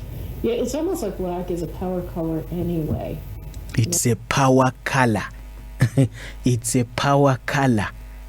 All the colors are taken up by black. I think people, they mentally kind of resonate with that. Mm-hmm. They take it in a very different way than they do with a lot of the other colors. Dano niyang mapat. Kada irugo machol, no translation pa dano ti mapat. No ti mapat. And give down any color ma black no right. no nyuru gina rai no pebe ento ke bodgi. It is a sign of power because it absorbs everything, all colors. But it's the connotations are definitely not negative ones. Hello, Enchanted One. Okay. All right. It's okay. Lokpa juaki au ogeko kenyo ilokom colors pingo girogo. Now, amiti lurua amito win explanation palamiguni lokoma Christmas decoration. Obimio explanation, obimio pingo kitiu ki yat money, obimio pingo ki kero and symbols pa nyigi yat mogo kitimu jami mukene kenyu just for a short while. I want you to listen very carefully atiki geni furuwangi tituolo eti winyo loka kore ki kore da chok tiagone. I want you to listen to the last bit. Owero atamoni chamu kene kita awajo kirina neni wati timu teacher joke but pe wangeyo pingone. Wati katimu because we just know we are just decorating. It is a happiness. It is enjoying. Now, amiruni win what it is associated with. Kani kikero nyigi yat money kikero pingo. Match candles maiteni ni don kitiu ki umeme. Disco lights on your Christmas lights pingo. I just want you to listen. Okay, Wiccan, this is a young lady. It's not among the other ones, but an Aninchale and Benetia Juara. But it's a bit different. I want you to hear this. And welcome to this Yule Tree DIY video. Now, the Yule Tree Anwoyo, the Yule Tree is Christmas tree. Na nena miyo translation, benapin noyo koberini. The Yule Tree is the Christmas tree. Gingi luoni Yule, one waluoni Christmas. Kidong tree. Yule tree, Christmas tree. So you listen. I am out in the woods today and I'm actually foraging items for my Yule tree. Since I've been doing more and more research into a Yule tree, I've become really fascinated with it. Everything's just... Enwaini obiru katimu research ikomu Yule tree. Obiru katimu research ikomu Christmas tree. It has become fascinating. So, amiri win fascination eni. Started to make so much more sense as... Starting to make more sense. Tikelo eni nyang. Inyao mobe. Madoti mu research. To why we do this, as to why people brought trees into their home. I'm just... Nipping or dano kero. Yen. Igangi. Anotimu research. And pretty go straightforward, but in the bare layman's language, pingo dano kero Christmas tree. The Yule tree. Igangigi. I'm going to skip the bit where I'm just amazed by everything and just tell you everything.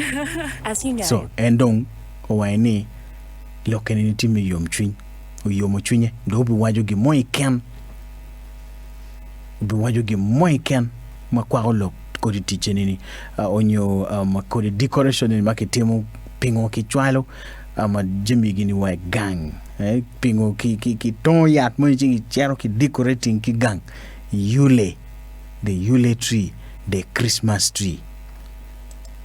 A fir tree is an evergreen. When pagans decided to put it into...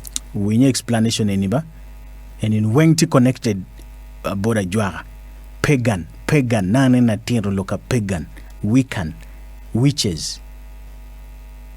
So this one is now very simple for you to get.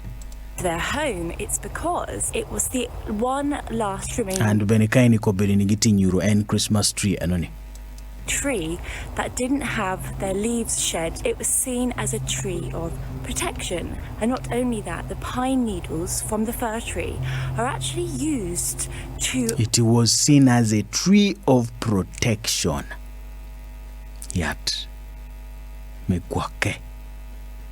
preserve, I think this was in caveman times, but they were used to preserve foods over the winter, which I'm very fascinated by. It's just such a hardy. Kitiyu kere bene megwakongo cham karmano jemini pete maber twal chali chui gini tree. Mano dano futi poro cham mogo madu donge itiyu kien Christmas tree, the Yule tree. So tiye. And that's the first thing. The second thing is the shape of the evergreen tree. It Shape bene kita tree nyu yate tikere kita lobao yubu kere bene tigi moma beto twal. It is a cone shape, so it points upwards. And of course, what was the most important thing to do with Yule? It was the return of the sun and the winter solstice. So having the return of the sun. Yat jani chiero mere. Unu ngeo kita Christmas tree tikere. Chiero mere la mal. But not depicting the return of the sun and the winter solstice. The return of the sun. So kakala nechi chao loke kati chiero malo kite no signs e wengtie no the Yule tree tikanyurune. having emblems and symbols, fruits that look like the sun, was a very common thing to put on the tree. So wow, je mukeni chalo nyigi yat. No biru chalo simbo magi karo. Je madunga ta. Ikom Yule tree. I actually started my preparations for the tree on Friday because and when ni chako preparation me Yule tree ni ichi a beach chako preparing chako deyo ne mabe ichi a beach no do tomba no do kwanyo kiporo okay gene ki lum kunu onyo kama ti yonyo ivua kwanyo chi tero gang chako decorating chako deyo ne ichi a beach chako kero gimoy ken mamete symbols. it wasn't actually a very nice day to go foraging. So I decided to make some of the decorations there. And of course these decorations were in honor of the sun. So decorations egini weng deyu jemi muguma eno kero weng no tie me woro chieng. Me mi woro but chieng. That is what she said. And of course, these decorations were in honor of the sun. This is why I want you to understand this. So, I already had one of the most important features on my tree already. Lights. Although before electricity, trees used to be adorned with candles to honor the sun. Inano, ni kare chiani. No kikero candles. But then don't you megani o kero lights don't me depicting candles chani. But jamini wenki temu mengo me mi woro bocheng.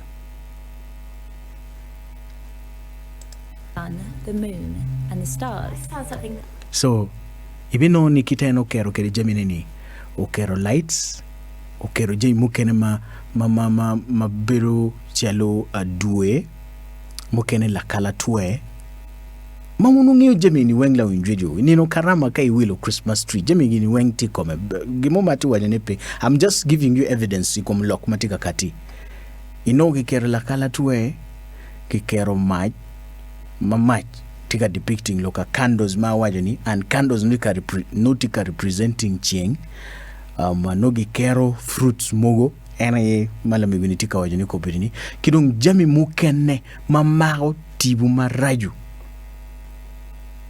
no ikeri kona kamo no tieme mako tibu maraju kidong mekelo pien giti mi waro bot chieng ki kero jami eguni it is worship really interesting about baubles. Pagans. Now, tigimoni makiluani bubus. Kile pa kanyan pangyo. But beruchalo glass. Ki you mere glass and ki side chill ki tituolo and you know. Iya kunu pangyo ngoma gi kero batinyu ni kaini bubus. Beruchalo kiti nano kede chupa eni ni soda. And my mati breakable eni chupa masoda machon chani mabedi crate. But eni kijubu gimumati round somehow biruchalo dilu endo ki side chill ki yabo manoti tuolo kiloni bubu Didn't see these as the classic bauble. They actually saw them as a witch bull. A witch bull. A witch bull. Kita kiluo kere. Now ki I witch bull anani la windradio ki karo ji mukene mabiru chalo pine gini. Yakuno. Is basically something that will attract negative spirits. Kwanyo tibu maraju. And teach pa bubu. Wenki kere a Christmas tree. Onyogi kero a Yule tree. Makiluoni Christmas tree ni. And tika explaining. 1st of December and the winter solstice was such a dark day. Who knows what negative energy and bad spirits were. So, Antika explaining ni pingo kero and bubu ni memaro tibu marajo ni. Pien onu Christmas day eno wajo Xmas day. Ngo okay. Pengene ngomo bitime nino enoni. Kaini tika kuero nino karama. Gimomo bitime nino enoni no in pengeyo. Tibu maraju mo bikelo pero in pengeyo. Kono dano bida, kono dano bidonge, kono dano bitime nini, kono ngarumo bito, kono ngarumo. So kikero en bubu ginini. Memaro tibu maraju. This is why I say ni. Waditi mutija juare ento nopo wangeyo in a modern setting. Me kwanyo en tibu maraju ni. Pien ibira ni gok muguno gimo bitime maraj. So gine no bikonya kamaro en tibu maraju ni. Okay? Lurking around. So they covered the Lurking around.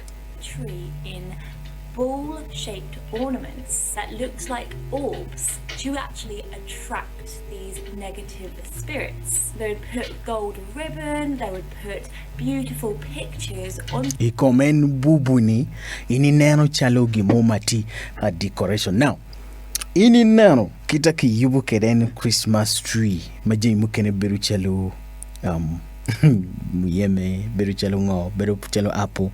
Now, enoni mukene ti bubu. Chiki kero design mukene ti gold, mukene ti silver, mukene no menya. But tien loke meretie memaro en tibu marajoni. Kita lamiguni tika tiro ne kere. But ki miyo mere decoration weko nen maleng. Kirung ki kero candles, ki kero ngo. Let's listen. To the baubles, so they would kind of be attracted to it. Decorations tema part kay na. Off to a flame, they would go inside the ball and they would be free from their home. So I thought that was such an interesting piece of. So katibu marajo binu gubi donyo kadongu neno endeyo gold ngungugi so gingi donya ta kuno. So noni dano will be better safe. They will be free from the negative forces, negative powers. Of information, because it's honestly why we have baubles on our trees. So what I'm going to do. So Jimmy mugu maini neno mabiru chalu nyig gemoni ko yen ko ngani mabiri kom Christmas tree ni ngo mala mewini tika tiro ni tiche. Is I'm going to put everything out on the table and we're going to have a little crafting session and kind of just make little scenes inside of these baubles to go on the tree from the nature, but also some spices and crystals and things like that. So let's begin crafting. After everything was nearly complete, I decided that it was time to start decorating my Yule tree. So I leisurely potted it Yule tree, Christmas tree. When you don't know, okay? around in front of the La fire. kala tue tike ne, tika kero ne. bubu tika kerone and candles instead of mekero candle okero en mach umeme any Christmas lights ki ite okero en mach ni maki yu iwang oni okeri side nutika liel and then on the Christmas tree okero en Christmas lights they are the ones there kidong la kala tu etikenyo en kidong bubu gini ko ngongo gini etikenyo jima dunga ta kidong wuchi ngogi all these things. What I love most about learning about Yule is that everything you place upon this tree, every colour, symbol and piece of nature matter, and through the power of the cone-shaped fir tree, it will point all of this energy towards the sun. Winyo, ni jami weng ma initi kerone, everything about nature. And because it is the tip is pointed like a cone. Chwalo powers again you weng the Christmas tree chwalo powers again you weng bot cheng towards the sun. Sun worship. Sun worship. And then in return it will protect us. And then in return it will protect us. Kawa miyo woro bot cheng adwokine cheng gwoko wa. Homes and our loved ones. Thank you Gwoko wa. Gwoki kidano makamigi. so much for watching Enchanted Ones. So, lokati ni gero ka Kenyo. Still, Lowin Radio, abi wajo ni ka wajo gimo iken mochwero chwinyi timakija. Yes, chalo dana, we are all not 100%. But that is what I had for you today. And I hope that you have learned something. Okay? Alors picha wadi charecha biro ko bili ticha bungwen kidai ka pierario anatiki geni holoto wachi gimone so holoto miribed mano itiki ngech riago pirete chatan tiu katero mapol and some of the things are the ones I'm telling you now chamu kene watimu je mukene no puwa ngeyo no watimu je mukene no pewa ngeyo but chwinya yomni at least je mukene watiki kare menongone into detail we holo to konyowa karibi chiero kamo karibi chiri kanicha kai neno gimutima penyai and kai kwano bible beli no kire is not the then you know how to talk to your God. You know how to talk to your God. Okay? I know the truth sometimes is bitter. But in new pingo ajoki eginigu katika malengme katiki lokenini. They are laughing at us. Unuwinyu kita gubiruka lokere gubiruka lok magitika nyerwa one lo kristayo. Jemi mukene me watemu angu kati mereme minu wa foini ti jemi mukene ma unu titimu ne ento utitimu ne la bongo ngech watitimu ne maroma anageno ni holoto wabiru kikare menyang lokeni ni wen kore kikore otherwise ana foidu